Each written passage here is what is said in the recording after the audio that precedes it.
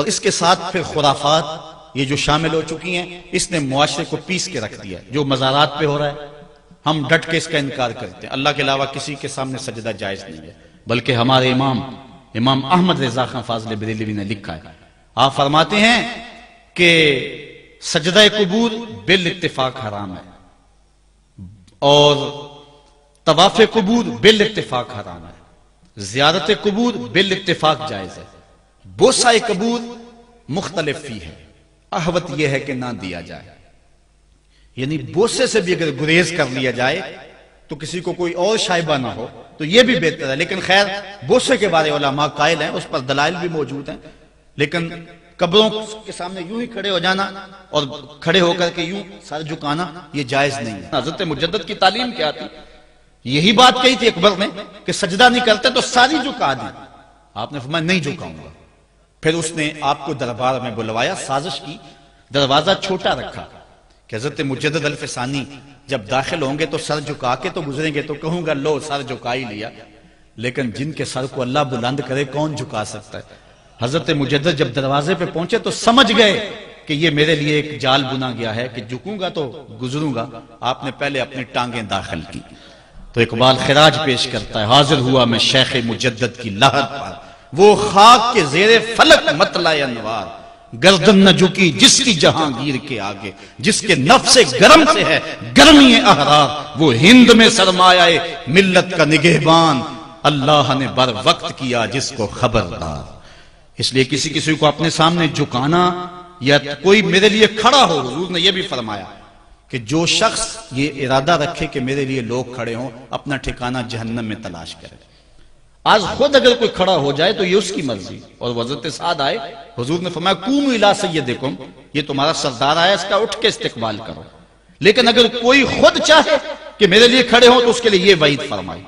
اس طرح اگر تمہارے کوئی ہاتھ چوم لیتا ہے لیکن ہاتھ چومنے کے بغیر یوں گردن جھکانا یہ درست نہیں ہے، لیکن ہاتھ چومنے کے لیے تو وہ صحابہ کے عمل سے ثابت ہے، لیکن اگر کوئی چاہے کہ میرے ہاتھ چومے جائیں اور اگر جو نہیں چومتا تو اس سے ناراض ہو جاتے ہیں۔ میں ایک دفعہ ایک صاحب کو ملنے گیا تو ہم ہر شخص کے ہاتھوں نہیں نہ چومتے، آخر جو ہے وہ کسی کے ہاتھ چومنے ہوں تو پھر کچھ دیکھنا بھی تو ہوتا ہے، دل اسے دے دیں جو دل بر ہی نہ ہو، تو ہم تو کسی کے ہاتھ چومتے ہیں نا، ہم وہ ہاتھ چومتے ہیں، وہ پاؤں چومتے ہیں جو راہ حق کے مسافر ہوتے ہیں، ہم ان ہاتھوں کو بوسہ دیتے ہیں اور اگر ہماری آنکھوں کی پلکوں کے ساتھ لگ جائیں تو اعزاز سمجھتے ہیں۔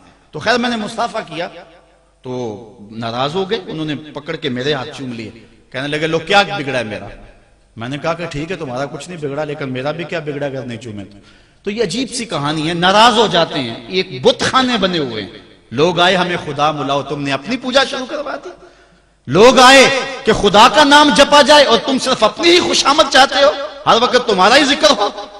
میں کتنے آراس کو جانتا ہوں جہاں اللہ رسول کا ذکر نہیں ہوتا، پیر کا ہی ذکر ہوتا ہے، کرامتیں بیان ہوتی ہیں، اور پھر آج کل جھوٹی کرامتوں کا ایک کاروبار چلا ہوا ہے، عجیب رنگ ڈھنگ ہے، عجیب بات ہے، خوابیں گھڑی جا رہی ہیں، کرامتیں گھڑی جا رہی ہیں۔ میرے پاس بھی کئی لوگ آئے خوابیں لے کر، جی یہ ہم نے دیکھا ہے، میں نے کہا تم نے دیکھا ہوگا میں نے نہیں دیکھا ہے۔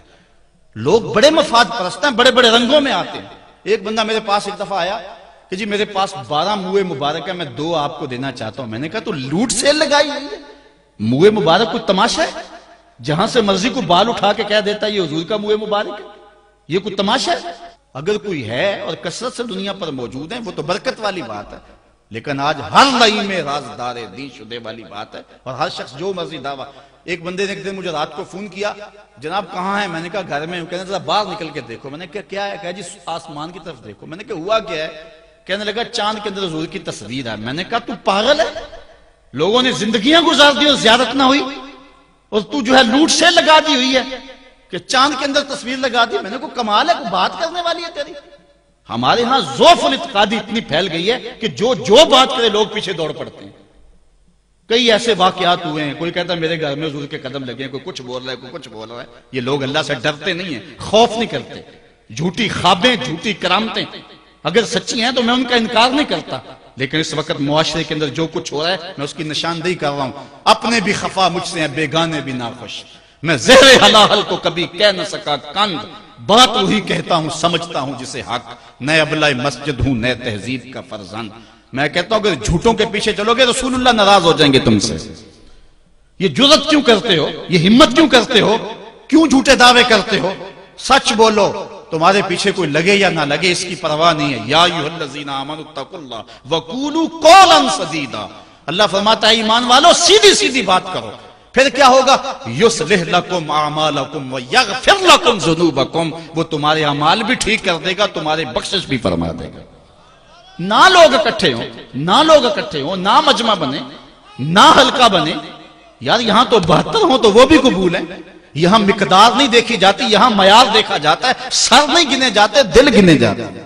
یہاں یہ دیکھتے ہیں، مت لوگوں کو جو ہے وہ کھلونے دے کے بہلاؤ اور لوگوں کی عقیدتوں کو لوٹو اور لوگوں کے ساتھ ظلم کرو، زیادتی کرو، اپنی آخرت بھی کالی کرو اور لوگوں کی آخرت بھی کالی کرو۔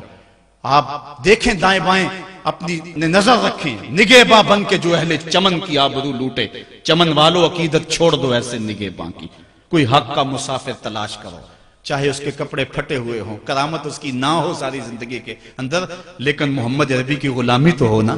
حضرت شاہ نقشبند بخاری سے کسی نے پوچھا حضور آپ کی کوئی کرامت؟ فرمانے لگے اس سے بڑی کرامت کیا ہو سکتی ہے؟ اتنے گناہوں کے باوجود زمین پہ چل رہا ہوں اور زمین مجھ کو دھنسا نہیں لیتی اپنے اندر۔ ہمارے بزرگوں کی تو کہانیاں یہ تھیں، اور آج تھوک کے حساب سے کرامتیں دی جا رہی ہیں۔ آج کے پیروں کی اتنی کرامتیں، غوث پاک کی بھی اتنی کرامتیں بیان نہیں ہوتی جن کی ان کی کرامتیں بیان ہو رہی ہیں، دڑا دڑ کرامتیں بیان کر رہے ہیں۔ ایک بندے کے یہاں بچہ پیدا ہوا اور اس نے یہ شور کر دیا کہ یہ رمضان کے دنوں میں دودھ نہیں پیتا، اس لیے کہ حضرت غوث پاک بھی نہیں پیتے تھے، وہ بھی پیدائشی غوث تھے اور یہ بھی پیدائشی غوث ہے، اور رمضان کے دنوں میں دودھ نہیں پیتا۔ اچھا کوئی 2-4 ماہ گزرے تو اس غوث کی ماں کو طلاق دے کے نئی عورت سے شادی کر لی۔ میں نے کہا کم از کم اتنا تو خیال رکھتے، جس نے غوث جنم دیا ہے اس کو تو عزت سے گھر سے رکھتے۔ تو یہ کیا تماشے ہیں؟ کیا لوگ بے وقوف ہیں؟ اب لوگ سمجھنے لگے ہیں، لوگ جو ہے وہ ان وجہ سے پھر دور دین سے ہوتے ہیں، نقصان یہ ہوتا ہے۔ لیکن میں آپ کو کہتا ہوں دنیا سے حق ناپید نہیں ہوا۔ اگر مداری گر موجود ہیں، ڈاکو لٹیرے اور چور موجود ہیں، تو حق کا ڈنڈورا دینے والے بھی اس دھرتی پہ بستے ہیں۔ ہمارا رویہ یہ ہے کہ ہم کسی ایک شخص سے بدظن ہو جاتے ہیں تو پورے طبقے سے بدظن ہو جاتے ہیں۔ کئی بندوں کو میں سمجھا جو میں دیکھا ہوا ہے پیروں کو، اور تو نے دیکھے ہوئے ہی نہیں ہے، جن کو مل کر زندگی سے عشق ہو جائے وہ لوگ شاید آپ نے دیکھے نہ ہو، مگر ایسے لوگ بھی ہیں کہ جن کو دیکھ کر کے زندگی گزارنے کا ڈھب آ جاتا ہے، سلیقہ اور طریقہ آ جاتا ہے۔ ان لوگوں کی تلاش کرو۔ اگر ایک دکان سے کپڑا صحیح نہ ملے، سودا صحیح نہ ملے، تو آپ جو ہے کیا کھانا پینا چھوڑ دیتے ہیں؟ آپ کو پتا پورے شہر سے مٹھائی کہاں سے اچھی ملتی ہے، آپ کو پتا پورے شہر سے کپڑا کہاں سے اچھا ملتا ہے، آپ کو پتا پورے شہر میں جو ہے وہ فلاں چیز اچھی کہاں سے ملتی ہے۔ دین بھی ڈھونڈو کہاں سے خالص ملتا ہے اور کہاں سے نہ خالص ملتا ہے، اس کے لیے محنت کرنی پڑے گی۔ جھولی میں یوں نہیں ڈال دیا جائے گا، اس کے لیے تمہیں جانا پڑے گا، کوشش کرنی پڑے گی۔ ہاں ایک سے دھوکہ کھاؤ گے، 2 سے کھاؤ گے، 3 سے کھاؤ گے، لیکن جو تم دھوکہ کھاؤ گے تم تو رب کے نام پہ کھاؤ گے نا۔ حضرت عمر رضی اللہ تعالیٰ عنہ کی عادت تھی، جو غلام لمبی نمازیں پڑھتا اس کو آزاد کر دیتے۔ غلاموں کو سمجھ آ گئی، لمبی نمازیں پڑھنی شروع کر دی، آپ آزاد کر دیتے۔ کسی نے کہا عمر تم تو بھولے آدمی ہو، یہ نمازیں اللہ کے لیے نہیں پڑھتے، یہ آزادی کے لیے پڑھتے ہیں۔ تو حضرت عمر نے کہا یہ مجھے اللہ کے نام پہ دھوکہ دیتے ہیں، میں 100 بار کھانے کے لیے تیار ہوں۔ ایک جگہ سے دھوکہ کھایا، 2 سے کھایا، 3 سے کھایا، 4 سے کھایا۔ جب تمہاری نیت ٹھیک ہوگی منزل ضرور ملے گی، یہ ہو نہیں سکتا۔ خورش دے بدرہ جو کب کو حمام کہ یک روز افتد ہمائے بدام۔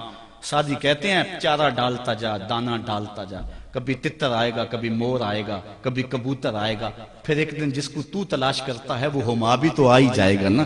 اس لیے حق کے سفر کو نہ چھوڑنا، چلتے رہنا اور راہ حق کی منزل پر انشاءاللہ ایک دن ضرور گامزن ہوگے۔